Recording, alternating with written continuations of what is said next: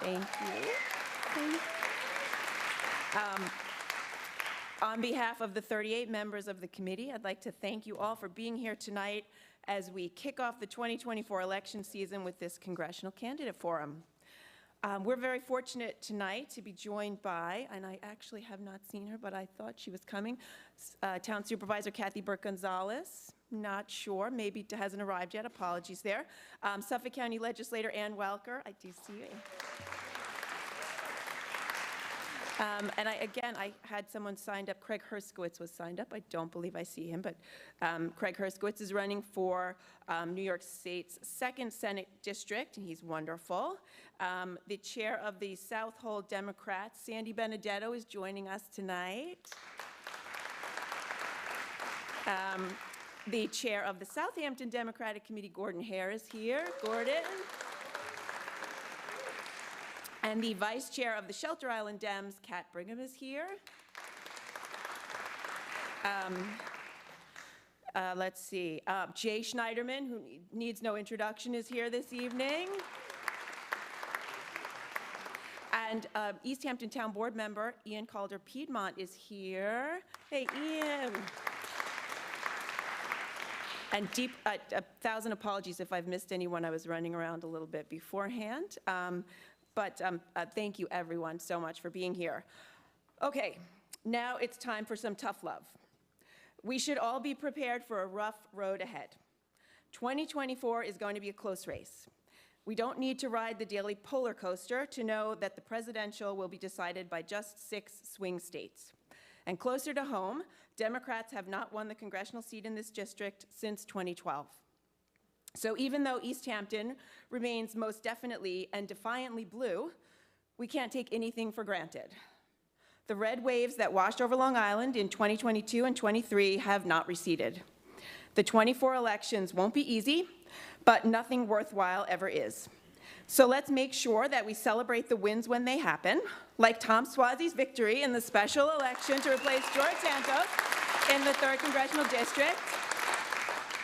But let's also go into the challenge ahead with open eyes and firm convictions that what we believe in is worth fighting for.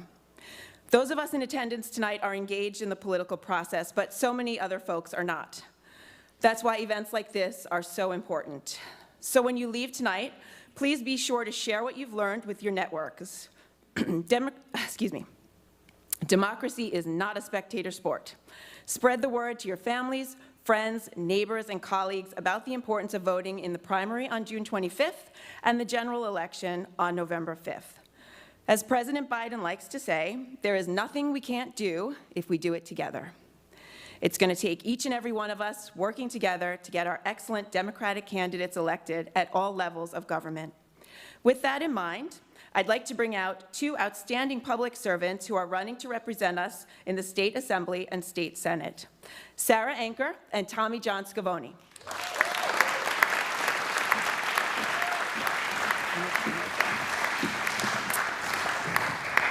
I'm going to give Sarah and Tommy John, a chance to introduce themselves. So I'm going to hand it over to Sarah first. Okay.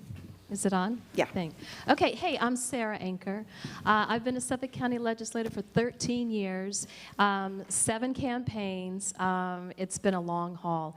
And what's fascinating is that I am in a Republican district, and I still won, even if it was just by 1 vote on election night. I still won the campaigns. I'm a mother of 3. I live in Mount Sinai, and I truly believe in grassroots advocacy.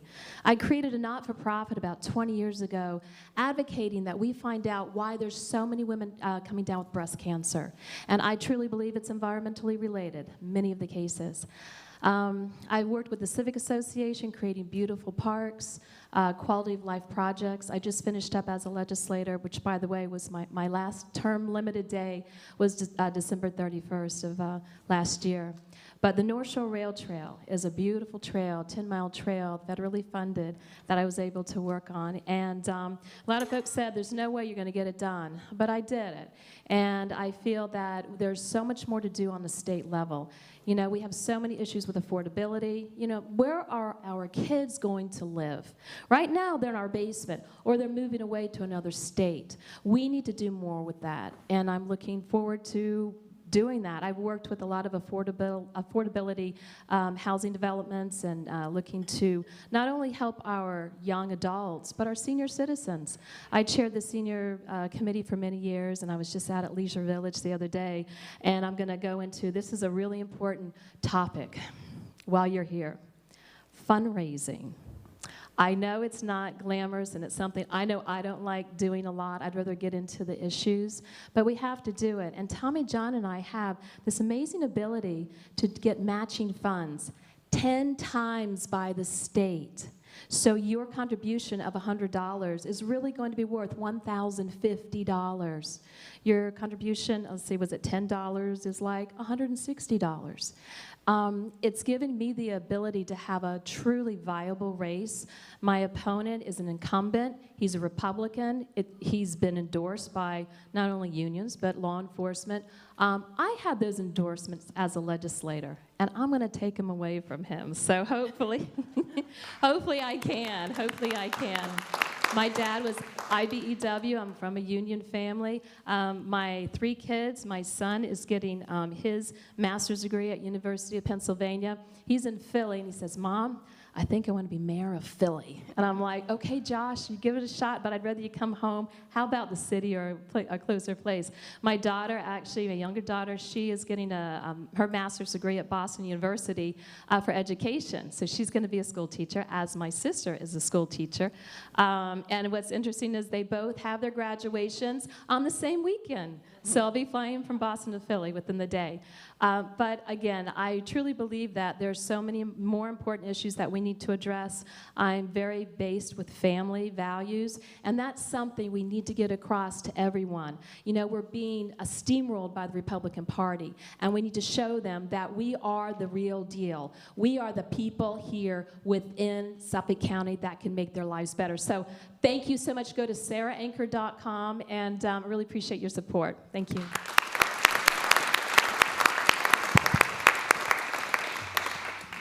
Good evening, everyone, and thank you for being here. And I want to give a special thanks to the East Hampton Town Democrats and Anna Scranta and all of the volunteers for getting this night together. Thank you so much. We're here in East Hampton, and I want you to know I have deep roots in East Hampton. My mother came from East Hampton. In fact, she was raised on the west banks of Georgia Pond right over here. In a small cottage. We would call that workforce housing today. Her mother came from Ireland at 14 years old by herself and was on the docks of New York with nothing but her brains and a bag of clothes. Now, she found work, and one of the jobs that she found, which was kind of the job of her life, was to work for a family, and that's how my family came out here to East Hampton. She worked for one of the wealthy families on the ocean, the Wainwrights. Now, she loved the job. She was loyal to them. They were loyal to her. And she worked hard. And one of those children ended up becoming our congressman. He was a 12-year congressman, Stuyvesant Wainwright, and my grandmother was always proud that she helped raise that young man and who became a congressman. She had this zeal for public service, for love of the United States, for a profound desire to defend the United States. She came from another country. She knows the opportunities that she had here. And she instilled that to her family and to us. And that's one of the reasons why I went into public service. I am a 32-year teacher in the Santa Maria School District. I've held multiple positions in government in a variety of levels over the past 2 decades. And I know that everyone here, if you're here, you understand the issues that we are facing. Water quality, incredibly important. Surface water and groundwater. We have no viable alternative for drinking water on Long Island. In addition to that, preserving farmland and wooded areas, sustainability, coastal resilience. We're seeing that all over Long Island, and we are going to need a real partner, a continued partner in the state to address coastal resilience. In addition to that, education on Long Island, incredibly important, and housing. I mentioned workforce housing. We can do this here on the east end of Long Island, and we can do it in a way that maintains the character of our communities, and we have to do it. In addition to that, some of the social health issues that are facing us. I don't think there's a person in this room that has not been affected by the opioid addiction crisis that is facing the country right now. Also, the mental health crisis. Very often, it's our schools that's the point of contact for treatment for mental health issues in our community. When I go to Albany, I will continue the work of our esteemed Assemblyman Fred Thiel on your behalf on all of those issues and more. So I want to tell you folks, with your help, with the grace of God, the grandson of Margaret Catherine Daly, that young girl who was on the docks in New York City, will be the Assemblyman for the East End of Long Island. Thank you.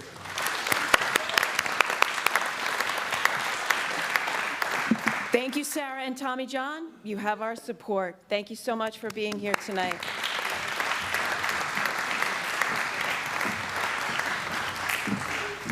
Thank you. And Tommy John just mentioned his esteemed colleague, Fred Thiel, and Fred's not with us tonight, but I just want to... Okay, let's get to the main event. Please join me now in welcoming our moderator, Perry Gershon, who came within 4 points of Lee Zeldin when he ran for Congress in 2018, ran a phenomenal campaign, traveled to every corner and inch of this district, spoke with hundreds of people, just a phenomenal campaign.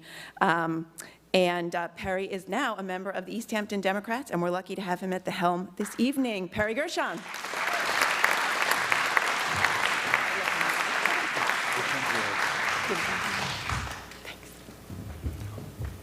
Well, thank you everybody for coming. This should be a fun event. Let me introduce the candidates, bring them on to start. Nancy Goroff and John Avalon.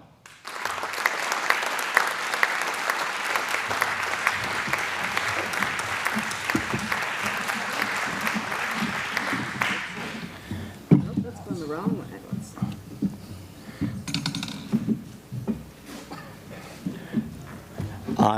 We'll start in a minute, but in terms of format, we're going to have 60-second questions after a 3-minute introduction by each of you. No one had a draw first, so John, you're going to go first. Just okay. Arbitrary.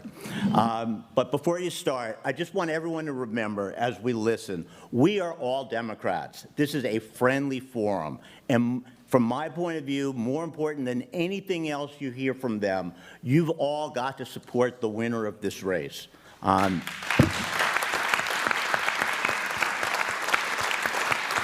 We win when we stick together. We do well, we're competitive when we stick together, and when we fight, we lose, particularly in a district like this. All right, that's my stump speech. John. Thanks, Perry. Or should I say Mr. Met. I'm John Avalon. I'm a husband, a dad of 2 young kids, the grandson of immigrants and a native New Yorker, live in Sag Harbor. I've known many of you in this room for a long time. Some people know me from my time as the editor-in-chief of the Daily Beast. I'm a presidential historian, who's written several books, most recently on Lincoln, and most recently, CNN political analyst and anchor. I left that job just a month ago to run for Congress here in the 1st District. I did it because I was so fundamentally concerned about the state of the race, the state of our nation, and the stakes for this country and community that I love. I've been, watching this district not get the respect it deserves as the swing district it is. I was frustrated to see not being considered the battleground district that it is. And as I looked and I was talking to my wife, Margaret, about the stakes of this race, realizing that Donald Trump was indeed going to be the Republican nominee again, we realized it's all on the line now. It really is. This is the most serious election in terms of the trajectory of the 21st century and the trajectory of our country that we could ever imagine. We've never had a major party nominee run on an authoritarian platform praising dictators. And so I didn't want to look at my kids and say that I could have done more when it mattered most. I thought about the sacrifices my grandparents made to come to this country and how much they believed in this country. And I looked at the stakes for Suffolk County. You know, a first-term congressman who's the first of the 18 guys who won in a district that won by Joe Biden, who immediately endorses Donald Trump, who has contempt for bipartisan problem solving, who's far too far right for this district. And I thought we could do better. We can do better. We can win this district. And that's why I got in this race. And I've been incredibly heartened to see the response since we got in. The response from all of you, the response online, the enthusiasm, the energy, and I was incredibly honored to get Fred Thiel's endorsement today. He is a legend in our community. So I'm here. I'm looking forward to a civil, substantive conversation with Nancy. You know, we're all Democrats here. And when we unite, we can flip this seat. We can win this seat. There's nothing more important for our community and our country that we win here, because the road to Democrats controlling the House of Representatives can go right through CD1. We will win.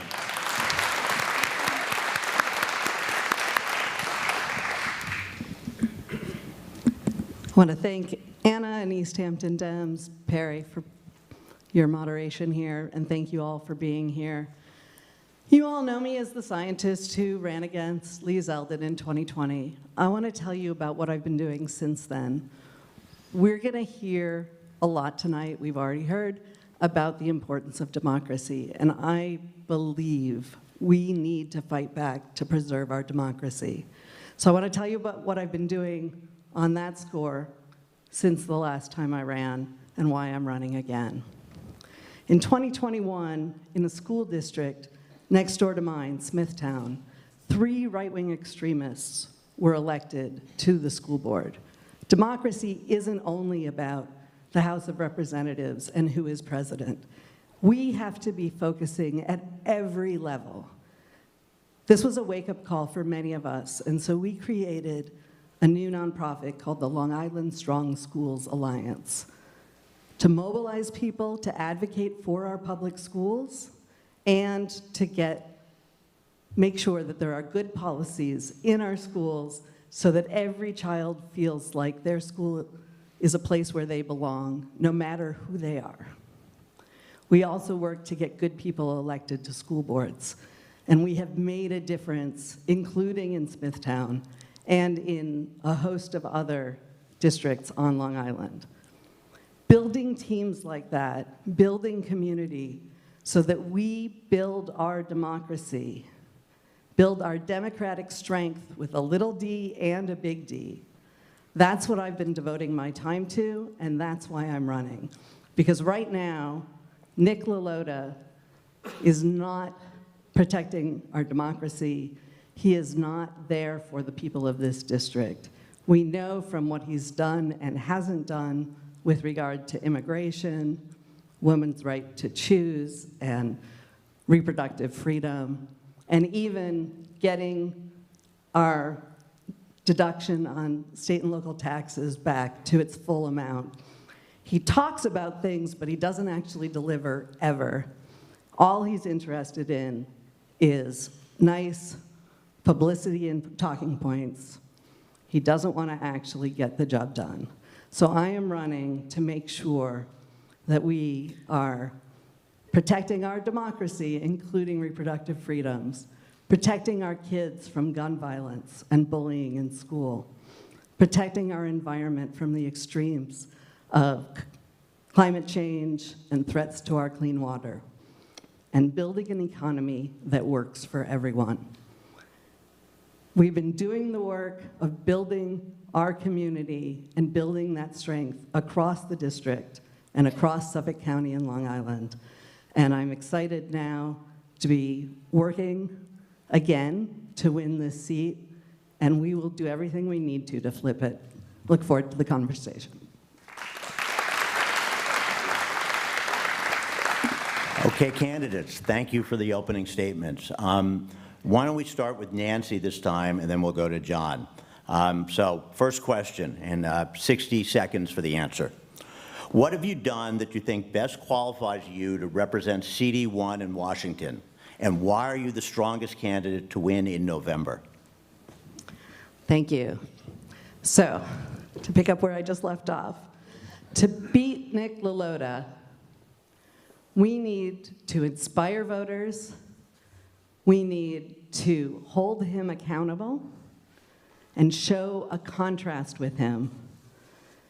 And we need to make sure that voters believe that we represent their values and will represent them in DC.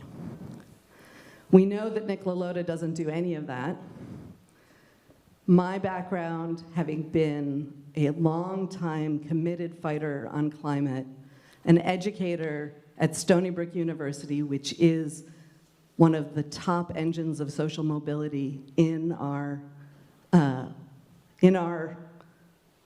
country, not just our district, and having been a community leader, puts me in an excellent position to inspire people, to let them know that they can trust me, and to show a real contrast with Nick LaLota.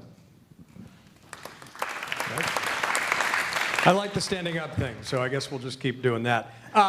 Look, this election is about being able to communicate clearly and play offense on democratic ideas. I think we saw what happened in New York 3, and we saw that candidate selection matters and message matters.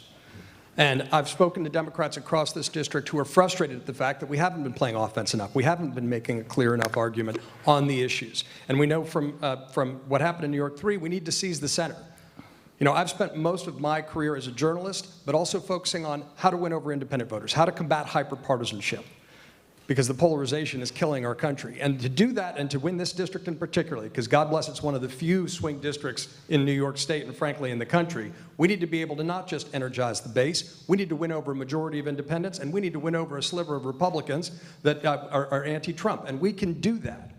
But we need to do that by playing a different kind of campaign than we've done in the past. We need to energize this electorate. We need to reach out. We need to play offense. That's what I can do, and that's what I will do. So John, the next one to you as well. What would be your priorities in Congress if elected? And why do you think these priorities reflect the priorities of CD1 constituents and of Suffolk County in general? Sure. You know, the constant refrain when I knock on doors during this petition process and just talking to folks, number one thing Democrats say is we got to stop Donald Trump. He's dangerous to democracy. The second thing they all say, affordability. We've got a crisis of affordability. Average house is over $600,000. And so I think the first thing Democrats need to do to put more money in the pockets of working folks is restore SALT. Right, here's the fact. Donald Trump and the Republicans raised our taxes. They did it out of spite as part of a political stunt, and they're too invested in that game to ever do their jobs and repeal it no matter what they say. Democrats can and will when we take control of Congress. But I think we can do more than that. And by the way, for you know, family living in Smithtown making around $180,000 a year, that would be around $3,800 more in their pocket. Right, add to that expanding the child tax credit.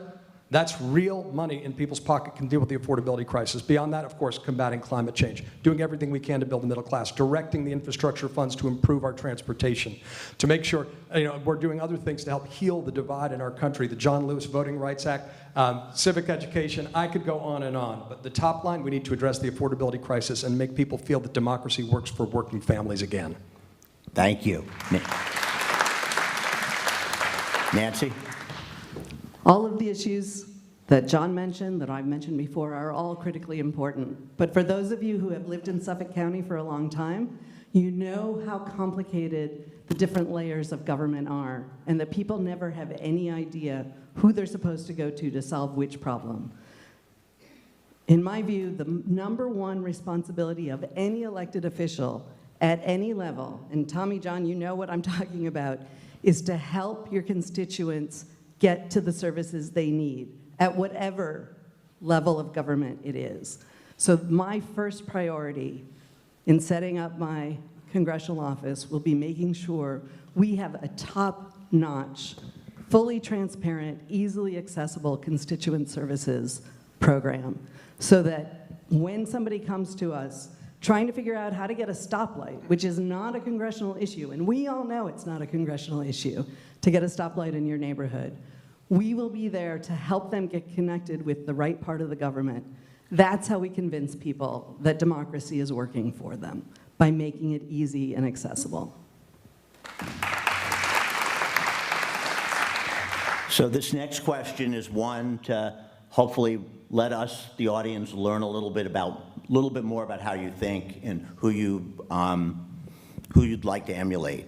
Name 1, 2, or 3 current members of the House that you most admire or intend to emulate, and why?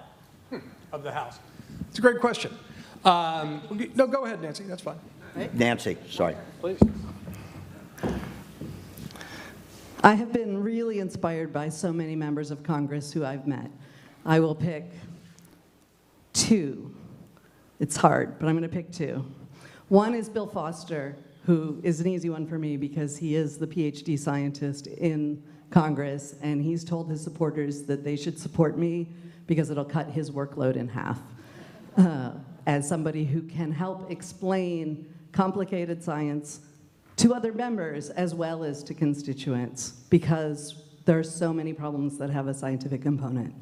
The other is the amazing Lois Frankel, who has taken her efforts in the House entirely to focus on getting more women leaders in the House.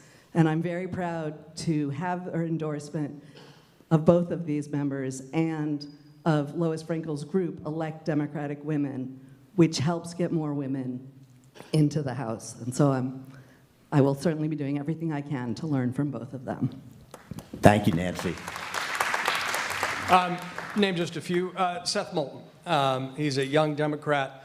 He's a veteran. He's a friend of mine. But I think he shows how you can stand up and inject more the sense of liberal patriotism that I think we need to rekindle in this country. He represents standing up to people and people in power. I think Richie Torres has been enormously effective at building broad coalitions. And so I think that's another one. And then I think Abigail Spanberger. I mean, she's actually running for governor now in Virginia, but she won in a district that people thought was out of reach.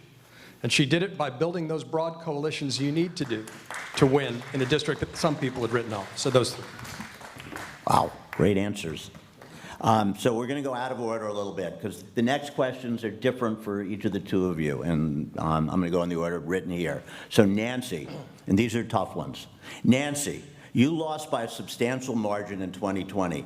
How are you going to make 2024 different and win this time? Gee, I never thought you'd ask that, Perry.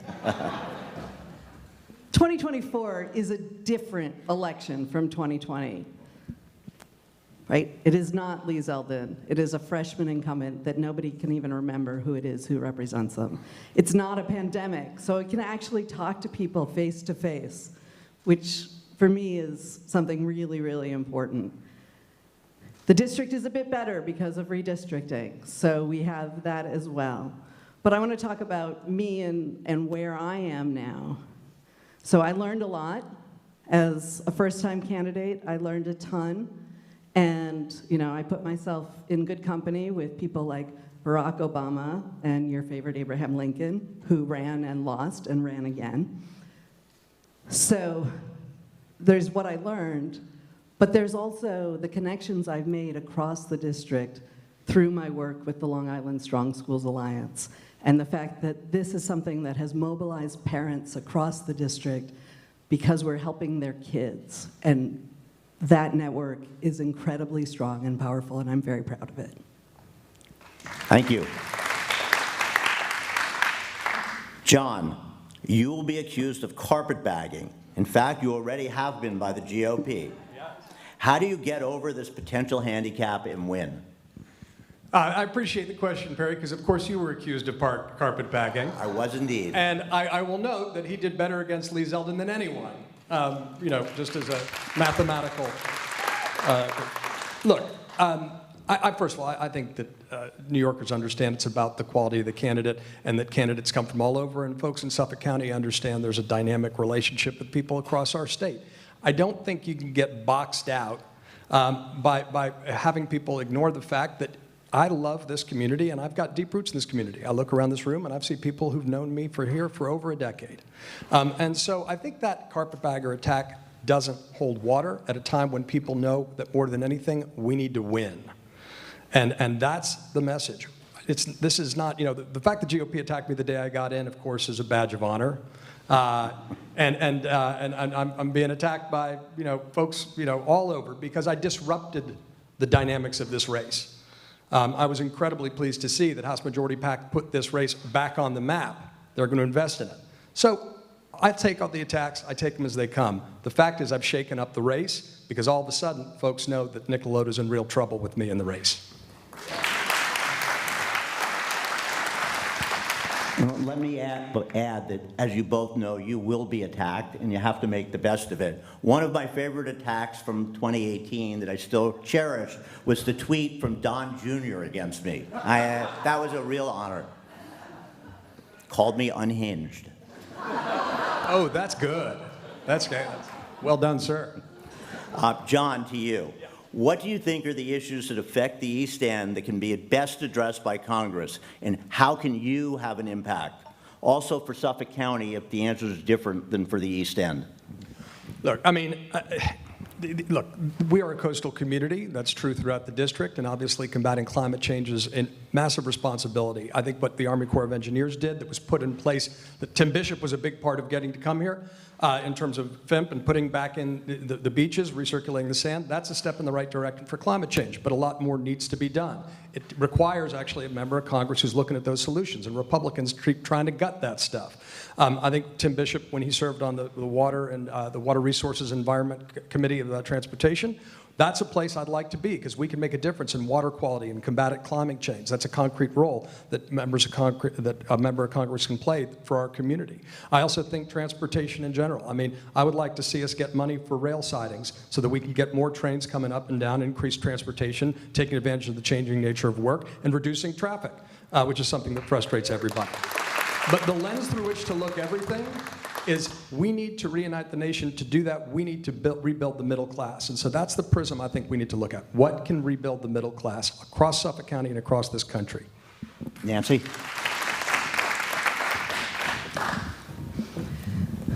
Affordability is clearly on everybody's mind, and we need to make sure that we are helping people where they live. That means, of course, fixing the deduction cap, the SALT cap. It means bringing back the child tax credit extensions that were part of the, I can't even remember which one it was, American Recovery Act. And it means making sure that we are investing in affordable workforce housing across the district. This is something which is just an incredibly serious issue. When I was at Stony Brook working on entrepreneurship programs, I heard so many business owners saying that this was their top concern, that their kids could not afford to live here, and that they were worried about being able to afford to be here when they retire. That has not gotten any better. And this district is incredibly diverse socioeconomically, but across the district, this is a really serious problem for everyone, and we need to make sure we're taking action. To Nancy.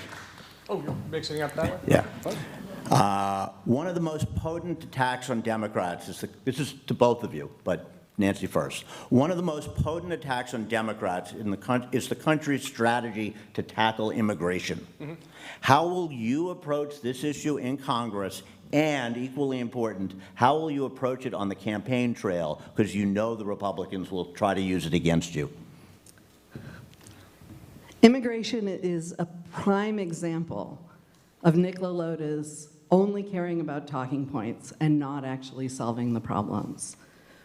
It is a serious issue where we need comprehensive immigration reform that includes both border security and a pathway to citizenship for the dreamers and people who have been working and paying taxes here.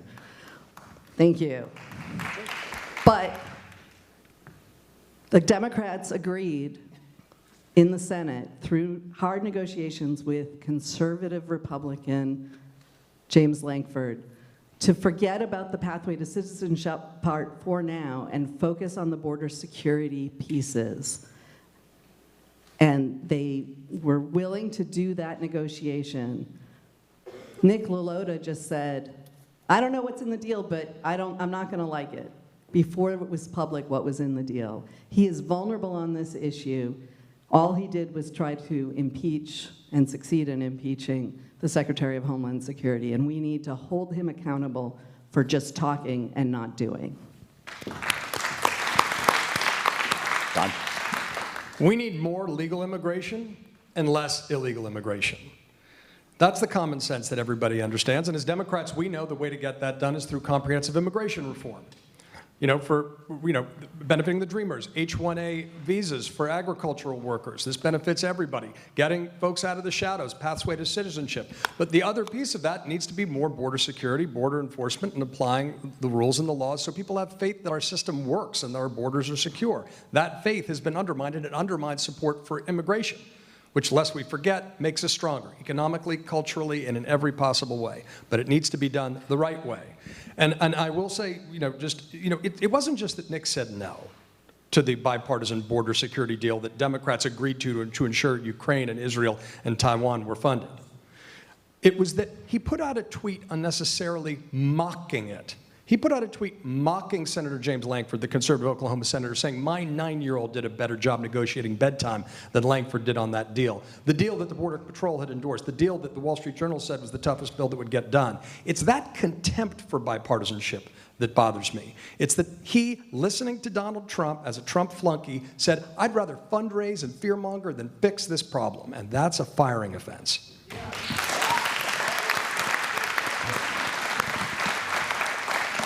Okay, John, this one to you first. The situations in Israel and the Ukraine are foreign conflicts that the United States finds itself embroiled in. One is an issue that tends to unite Democrats, while the other is tending to divide us. What is your opinion on these conflicts and their respective combatants? I think it's important to look at politics with a sense of perspective, which is the thing we have least of.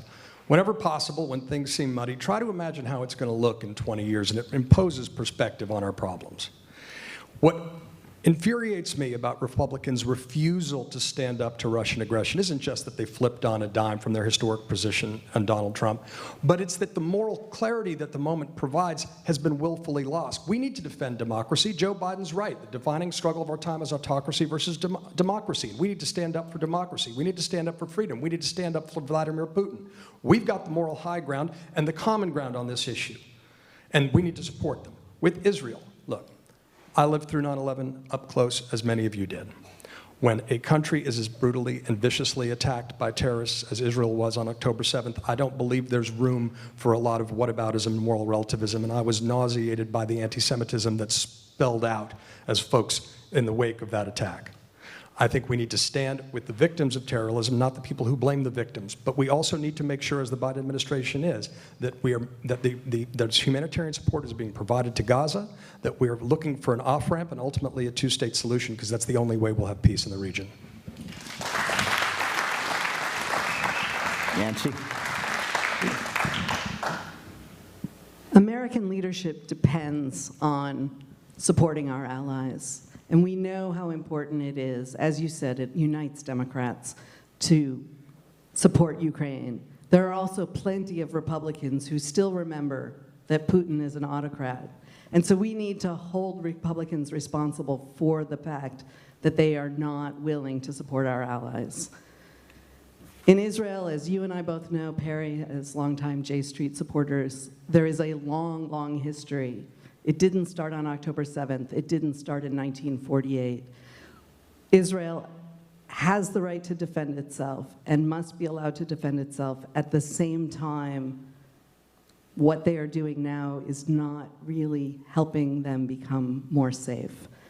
And the Biden administration has, I think, done an amazing job of putting pressure on Israel to increase humanitarian aid and move towards a demilitarized Palestinian state.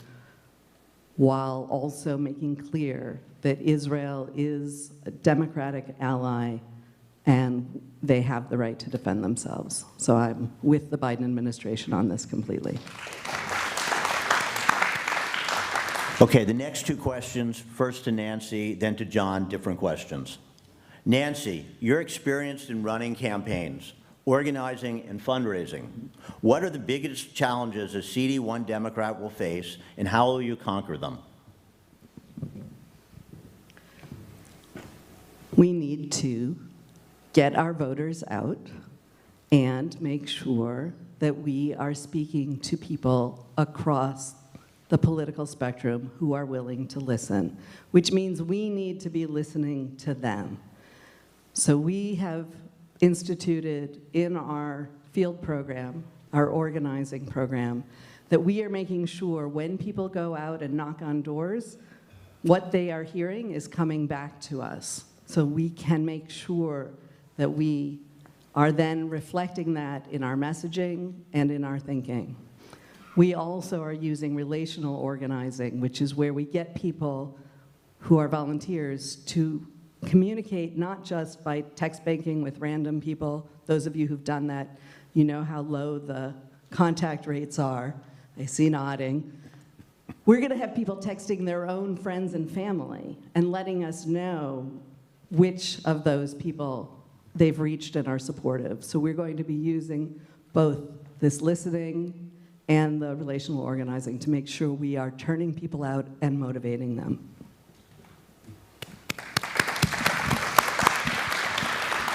John, you are a newcomer to running for office, but have been participating in the political process for some time. Why are you running now? And I know you've answered this a little bit already, but... Yeah, I mean, I have. I will say it's fascinatingly different being the candidate than covering a campaign. But I'm also enjoying it. I feel enormously invigorated because there's a difference between talking and doing. And that's why I wanted to stand up, because the stakes just were so stark. I think when you look at this moment with a sense of perspective, we'll see that we all need to stand up. We all need to get out of our comfort zone. We all need to do what we can to save our country, to save our community, and restore, I think, have this fever break, and then start to build a new kind of politics. I'm running because I didn't want to just, as much as I loved my job previously, I couldn't stomach sitting on a political panel offering opinions at a time that was this serious for our country. I wanted to do more. I wanted to get in the arena. And a lot of people do look at me and they say, you're crazy, why would you do that? Because we've made running for office seem dangerous and indecent. We have made it seem like it's a terrible decision for any sane person. But that just seeds the ground to the ideologues and the extremists. And that's what we need to do, is weigh in differently. We need to apply a different kind of politics. We need to reach out. We need to make the case. And that's what I think we can do just mathematically to win CD1. We need to play offense, reach out, and persuade again.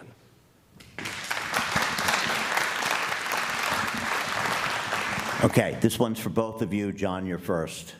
Not long ago, CD1 was a blue district represented by Congressman Tim Bishop. In recent years, it's turned dark red. Why do you think the district has leaned so far right, and how do you plan to thrive given the current environment? Look, I think the basic math of the district shows us that we need Democrats who can win over independents and even a slice of Republicans. That's what the math indicates. You can't simply play to the base and win here. But I do think that, reports of the Democrats' demise on Long Island has been greatly overstated. Go ask Tom Suozzi, right? And I never bought it, this inevitable red wave wafting over Long Island. That's just warmed over conventional wisdom thinking. That's generals fighting the last battle. We all know what happened here in '22. Lee Zeldin was running for governor, and the Democrats didn't play offense enough in Suffolk County. And so the whole ticket suffered. A county executive race isn't indicative as a turnout model as a presidential race. So we're looking at a fundamentally different turnout model where the stakes are incredibly high. And so I'm incredibly bullish about our chances to win this district. And then I think we can show that there's a blueprint for flipping swing districts back. This district is absolutely winnable with the right kind of Democrat if we build the broadest possible coalition. And that's what we can do. And we can rewrite the rules, and everyone will be paying attention after that fact.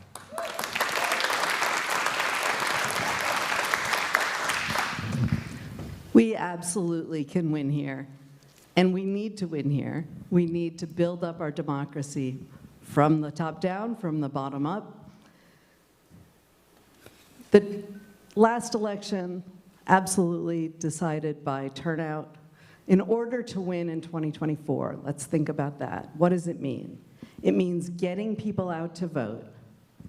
And it means making sure that they go all the way down, past all those judges, to vote for Congress. Right? You were happy you were early in there, right, Andrea? You have to actually make people think it makes a difference. That's what all the research shows. People don't show up if they don't think it makes a difference, which means you've got to inspire them.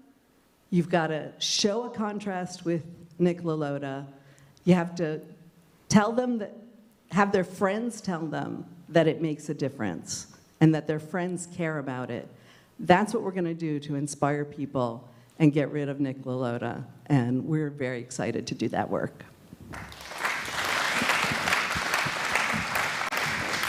Okay, Nancy, this one's your first, and then John. How do you plan to win this primary? I'm just going to call on my friends and tell them to vote. We are working hard. We have a great campaign organization. We have so many supporters across the district. From the last time I ran, people who are very excited that I'm running again. I get so much great feedback from people, but also from people I didn't know in 2020 who have gotten involved through the Long Island Strong Schools Alliance. And we will continue to build our networks through our relational organizing. We will make sure we have the resources to communicate effectively. We will make sure that people are hearing why they should care about me representing them because of my background as an educator, as a climate fighter, as a community leader. These are things that speak to people in the primary just like they do in the general election. We're excited to do the work, and I'm so proud of our team.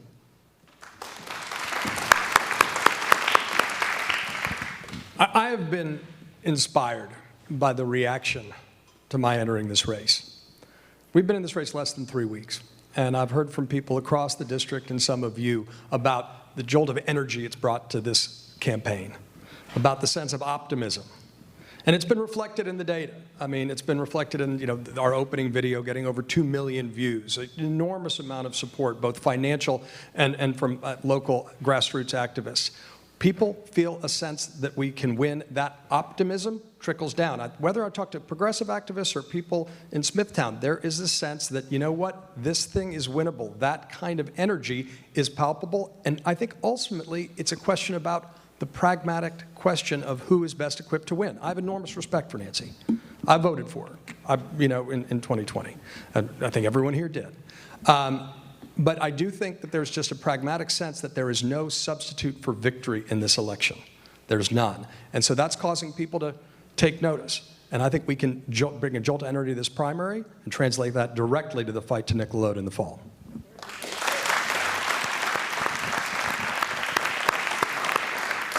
Okay, this next question's to both of you. John, you're going to go first. And then this is the last one of my questions for now, and then we'll come back at the end if we have time, but we have some audience questions after this. In a race as important to CD1, some Democrats believe that a primary is incredibly damaging to our chances of flipping the seat blue. How do you justify your participation in this primary? Also, tell us how involved you plan to remain should you not win. Keep in mind that there are different levels of support, and not just pledging support to the winner is sufficient. Sure. Look, I am all in on this election, and I will support whoever wins, and I believe Nancy will too, and everyone here will. We need to win. And that means being all in because the stakes are so high that this is not a drill. Look, I think that when we look at the stakes of this race, we'll all remain galvanized. We have to. Losing is not an alternative. This fight is too important for Democrats to lose. There's just too much at stake. So look, I think that we can work together. We need to work together. We need to be civil and substantive. The danger is when primaries turn into wasting millions of dollars attacking each other. A friend of mine told me a quick story the other day. His daughter was running for third grade president, and she wanted some advice. Sixth, I'm sorry. I'm a journalist, so I like getting the details right. She said, how should I campaign? So he said, call up Uncle Neil. He'd run for office in another state. And he said, you know what? You should reach out, talk to everybody, ask them what's important to them, and listen. And then she turned to her dad, what do you think? She said, I think you should go negative on Stacey out of the gate as hard as you can. There are two different ways to run elections and campaigns. I believe in the first one. We need to reach out. We need to be civil. We need to be substantive and make sure that we are focusing our fire on Nickelodeon in the fall, because that's what it's going to take. All right, before you go, Nancy, to follow up, I'm going to ask you the same follow-up too. Will you pledge not to go negative in the campaign, and how strongly will you communicate that pledge not to go negative to your supporters, including your PACs? Me? You first. I think my actions, I hope, make it clear that I am not intending to go negative. That is not my desire, because I think that's destructive. I think that, ad hominem attacks between people, whisper campaigns. There have been, politics ain't beanbag. But I am not returning fire on some of the negative attacks that have been directed at me, because I think it's destructive. We need to elevate this debate. And I believe that tone comes from the top of any organization. I know that I've disrupted the calculus of this race, and that's challenging for some folks. And I'm happy to answer any question from anybody directly. I'm delighted to do it. But it does bother me when mud gets thrown, because I think that only does the Republicans' dirty work for them. So I will elevate this debate, and I will not go negative on this. First Do you question. want me to repeat it? Or? Yeah, the first question was. In a primary. race as important as CD1, some Democrats believe that a primary is incredibly damaging to our chances of flipping the seat blue. How do you justify your participation in the primary? And also, tell us how involved you plan to remain should you not win. Keep in mind that there are different levels of being involved. Okay. We have a room full here. The reason we have a room full here in March is because we have a primary. This is how we energize people, and this isn't the first room that has been full. Long before John got into the race, although I'm sure it was more than a twinkle in your eye in February, we had a full room at the Brookhaven Town Democratic Committee for the then 4 candidates who were in the race. Primaries get people excited, they get people energized, they get our teams built, they are good.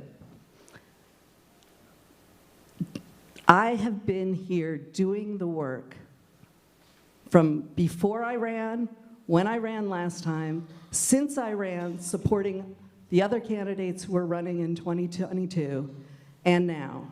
And I will continue to be here doing the work, no matter what happens in June, no matter what happens in November, because this is my home. This is where I raised my kids. This is where I built my career. And I am dedicated to flipping this seat blue and building a Democratic strength here in Suffolk County. It's what I've been putting all of my time and effort into. Okay. Second part. Will you pledge not to go negative in the campaign, and how strongly will you communicate this to your supporters, including your PACs? My focus is on telling my story and why people should support me. That is going to be my focus. And what people do, we have already seen some comments from my opponent, which I find objectionable and mansplaining. But we will continue to move forward in as positive a way as we can. I get 2 of these, right? Yeah. Well, one, just point of clarification. Well, first of all, I'm actually just curious. In what way do you think I've made negative comments about you that are mansplaining? Because I'm genuinely curious. Nancy Goroff has already run once, and we saw how that worked out. Oh, I'm sorry. Okay, I actually don't think that's negative. I think that's important to understand. I don't think talking about the results of the last election mathematically is a negative personal attack. I don't. So if that needs to be made that distinction needs to be made, that distinction needs to be made. I think we need to deal with reality, we need to deal with math. But I will ask, because the night before the special election in New York 3, your team put out a negative fundraising email about me. So, I mean, I'm not going to do that to you. I think that's destructive. Are you saying that you renounce it, or you're going to continue that? Just for point of clarification for the audience. Thank you, John. I think it's important, like you said, for people to know your past. And for you, your history seems to start in 2013.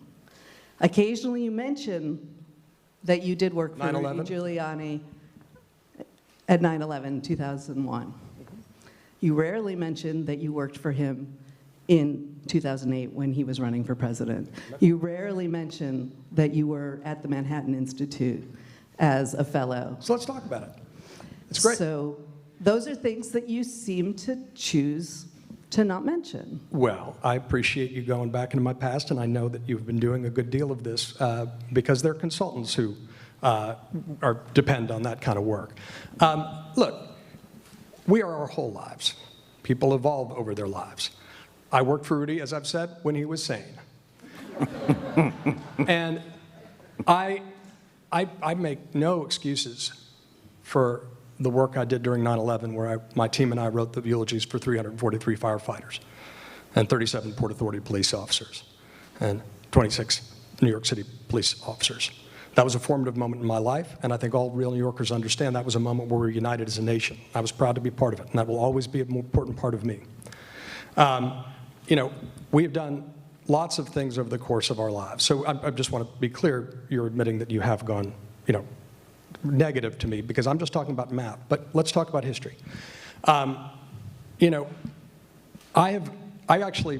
Manhattan Institute is now unrecognizable as an organization. It was once a place that celebrated Democrats like Cory Booker and Jerry Brown when they were mayors of Newark and Oakland, respectively. I actually wrote a few pieces for there and was chased out because I was criticizing Republicans for work that became my book, Wingnuts, How the Lunatic Fringe is Hijacking America. I think the point is, we shouldn't try to make each other into scary people to rally our supporters to try to win the primary. I think that's actually the kind of negative tax that people are talking about.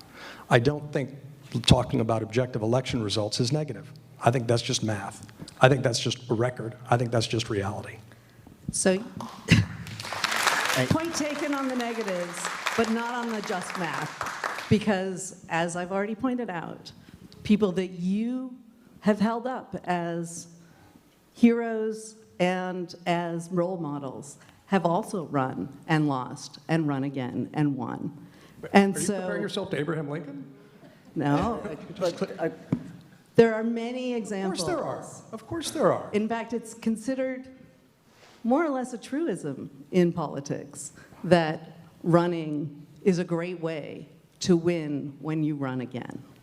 So I just think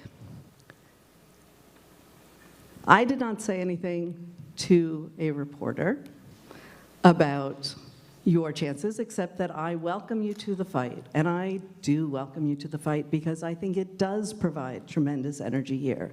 But if we're allowed to talk about numbers, but we're not allowed to talk about biography and dates, then that seems a little unusual to me. I'm going to ask the candidates to stop the exchange here, because we have questions from the audience, and we have to let the audience have their share.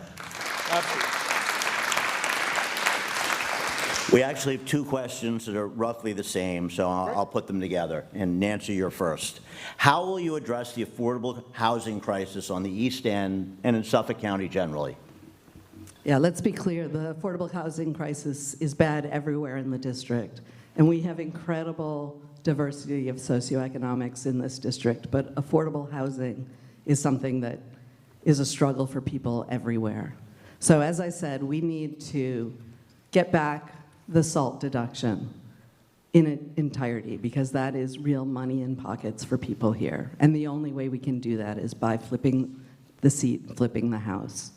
We need to expand the child tax credit, because that is also real money in people's pockets and makes a huge difference. And we need to increase the tax credits for affordable housing, both for individuals and for developers, so that they can build more, so that we have more housing.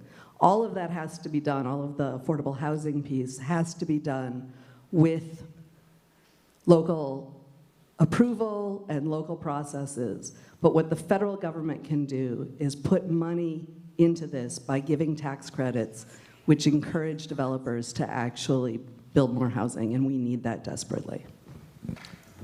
Is it the same question about housing? Same question. Okay. So yeah, let's focus on housing. Average cost of a house in Suffolk County is over $600,000. That combined with interest rates is causing real frustration, and families who've been here for generations are getting squeezed. We need to build more housing. We need it for transportation. We need it for workers. Let's talk about a couple ways to do it. And obviously, we talked about affordability earlier, so I won't repeat about SALT and the child tax credit.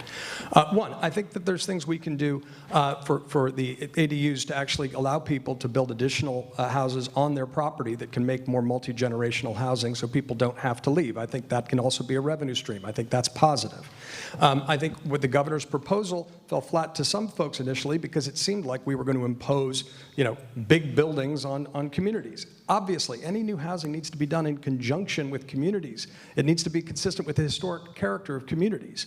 But I think there are other ideas that are incredibly exciting.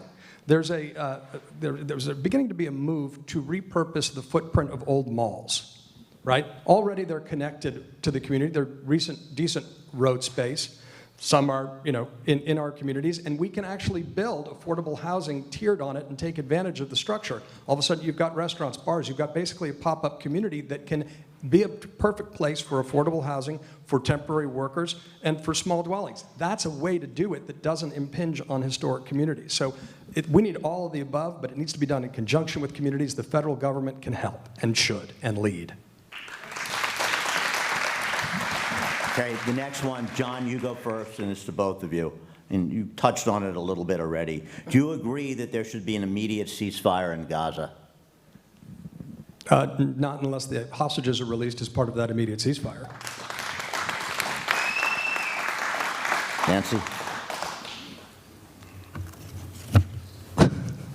This is such a complicated question, such a complicated issue. Of course, we need a stop in fighting so that there can be an increase in humanitarian aid. And I'm really excited about the Biden administration's efforts to actually bring in aid directly, and we need more of that. We also need the hostages freed. We need to be moving towards an eventual solution, and I'm excited to see that some steps are being taken by the Palestinian government and the Palestinian Authority in the West Bank at the Biden administration's insistence. That is, that they had a very big change in their cabinet. They are starting to deal with the corruption issues. All of this is necessary to find a long-term solution. In the short term, if they can have a negotiated cessation in fighting of whatever duration, we know it will save lives. So the sooner they can get to that stage, the better. Okay, thank you. I'm going to change this one slightly, make it chronological, and I like this question. Perry, myself, Nancy, and Bridget were all the most qualified candidate on the November ballot, and none of us won. What lessons have been learned to elect a Democrat in November, and how will you apply them? So, as I've already said, in order to beat Nick LaLota, we need to show a big contrast. Thankfully, we're not running against Lee Zeldin, as you and I both had to do. When you ran, there was much lower voter turnout and much higher voter turnout among Democrats, but much lower among Republicans. When I ran, it was a presidential year. We had incredibly high voter turnout. 100,000 more people voted than in 2018. And I got the most votes that any Democrat has ever gotten in this district. But so many Republicans showed up. This year is going to be different. We are not seeing the same energy, perhaps on either side. We need to make sure that our folks show up and that we are talking across all the spectrum We need to make sure people believe that our candidate reflects their values. That means going on the offense on things like immigration, public safety, and it means really talking to people about the issues that matter to them.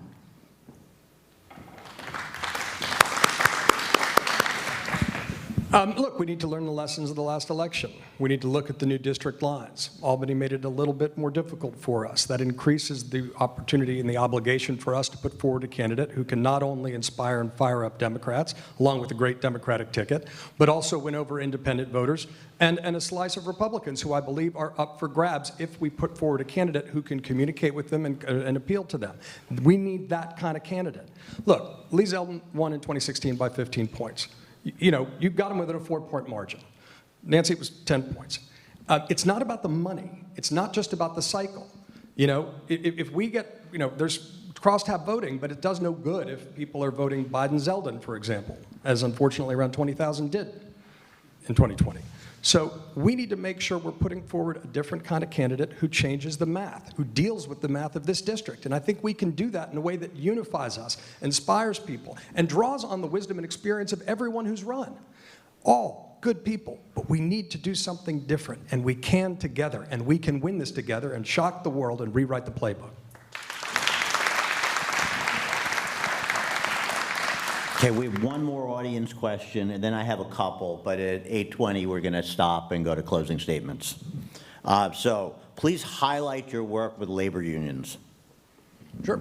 I'm a member of a union, SAG-AFTRA. I have run a newsroom of a unionized news organization, the Daily Beast, and I negotiated those contracts. And a lot of people in the news business say, well, you know, unionized newsrooms are bad. I say no. They're inevitable. It's the right thing to do, especially at a time when people are getting hip to the fact that large corporations often treat their workers or whole divisions like disposable commodities. You know, I said earlier, and I believe this to my heart, you know, it's not an accident that the middle of our politics has been hollowed out at the same time that the middle of our economy has been hollowed out. What created the middle class? Unions, the GI Bill, and community colleges. Those are the kind of things we need to draw on, we need to strengthen on, we need to work with. So I think that is absolutely a priority. I think President Biden's been saying this since the 80s. He's acting on it. The economy's starting to come back. We're reshoring essential manufacturing. We need to do that. In New York, that means union jobs, getting the job done right. And one example is actually what CWA is doing with the infrastructure out here with broadband. We need better broadband and cell reception and union jobs to build the future of this industry, this future of Suffolk County as a tech corridor. I believe it can be and should be and will be.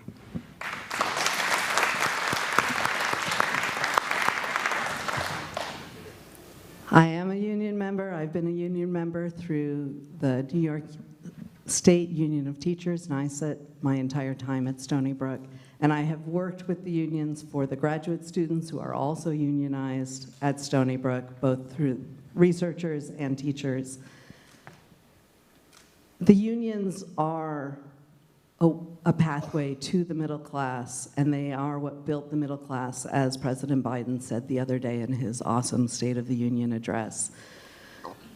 We need to make sure that we are strengthening unions, and some of that has happened already through executive action by the Biden administration. They have undone some of the decades and decades of weakening of the National Labor Relations Board.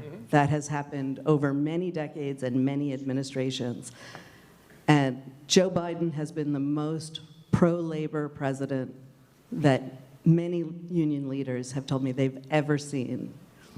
We need to make sure we're talking not only to union leaders who understand that, but to union members, and making sure we're hearing their concerns at the same time that we are continuing to support unions as much as possible. Okay, so one, maybe two more questions, depending on the clock. Are we doing questions in the audience? No, but those were the audience questions, the last four. I'm sorry. Okay, great. So Nancy, to you first. Healthcare remains one of the most important issues in the country. And at least when I ran in 2018, it was the great uniting issue for Democrats. It was the one issue in this district that was a real winner for us. Where do you stand on improving access to health care for those who don't have access to affordable health care today? And how important an issue will this be for your campaign? So, healthcare is something that is a human right. Every person deserves access to high-quality, affordable healthcare. For me, the question is, how do we get from where we are today to having as many people as possible covered with high-quality, affordable healthcare?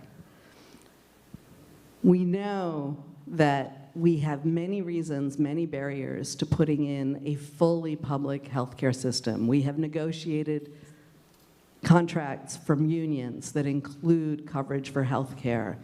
We have Medicaid, which covers much more than just healthcare, and so there are logistical challenges, and there are political challenges.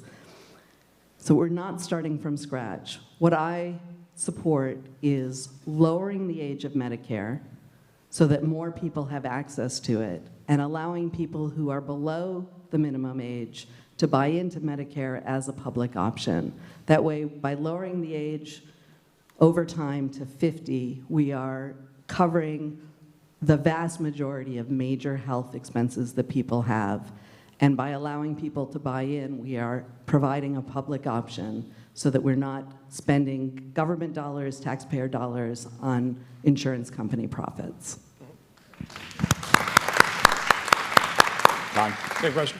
This is something that comes up all the time when I'm talking to folks across the district, whether it's in Huntington or out in Montauk. There's a real frustration that for all the gains we've made with the hard-fought gains with Obamacare, which remember they've tried to kill over I think 20,000 times in some way, that the gains haven't been enough because premiums are still too high.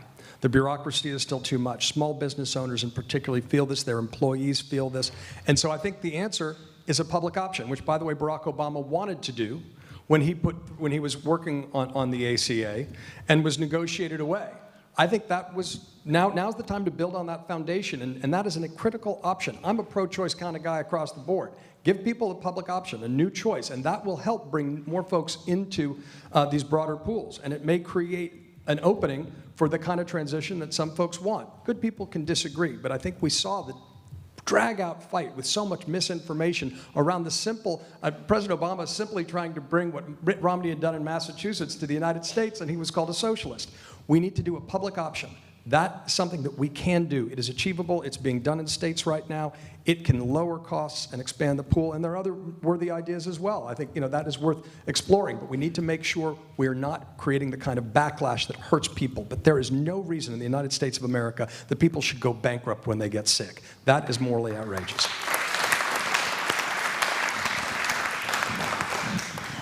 Okay, it's 8:20, so I think it's time for closing statements. Okay. Who went first? Nancy went first. No, yeah. Nancy should go first. I went first. He went first. Okay. Nancy should go first. Good.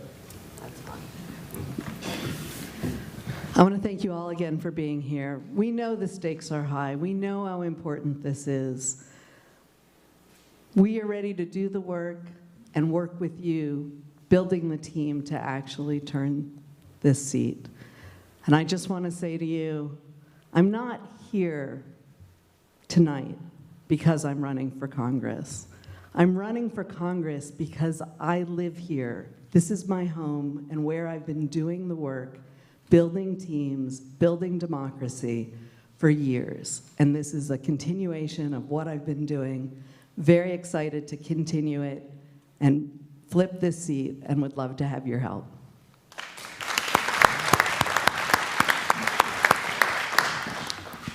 We need to win.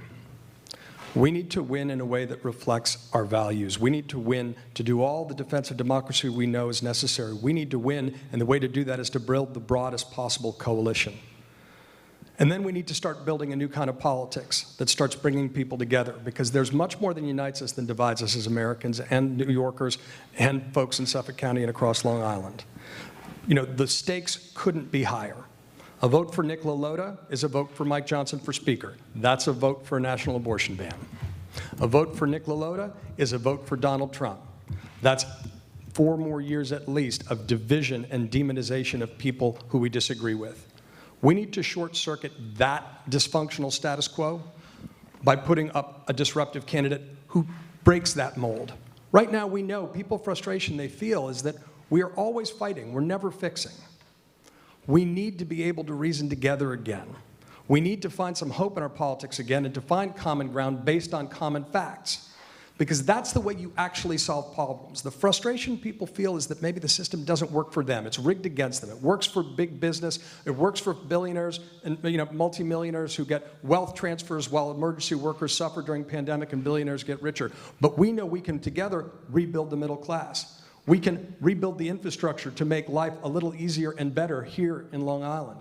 We can strengthen that working with all our allies, but we have to do it in a different way. The math demands that we find candidates who can reach out and fire up Democrats and win over independents and Republicans, particularly in this election, and then work to help Democrats backfill everything so we can make sure that we can write a story about how Suffolk County follows the mold of what Southampton did, and East Hampton did, and Southold did. Districts that were once considered irretrievably Republican, won by putting forward common sense problem solvers with an optimistic attitude, not simply falling into the trap of the same old, same old. That's the map we can use, and this is a unique and important opportunity. This election is bigger than any of us. It's as big as all of us, because that's the only way we are going to win. We need to realize that this is not a time for politics as usual. This is a time to really all work together as Democrats to reach out. This is a time where we can remind people that they can have hope for our country and our community again, that we can solve problems again. That is part of what it means to defend democracy. And that's the kind of campaign I want to run with you together, to write a new playbook for how you can flip a district. And once we have this fever break that has torn our country apart, to build a new kind of politics, to show that we can fix problems for the American people again.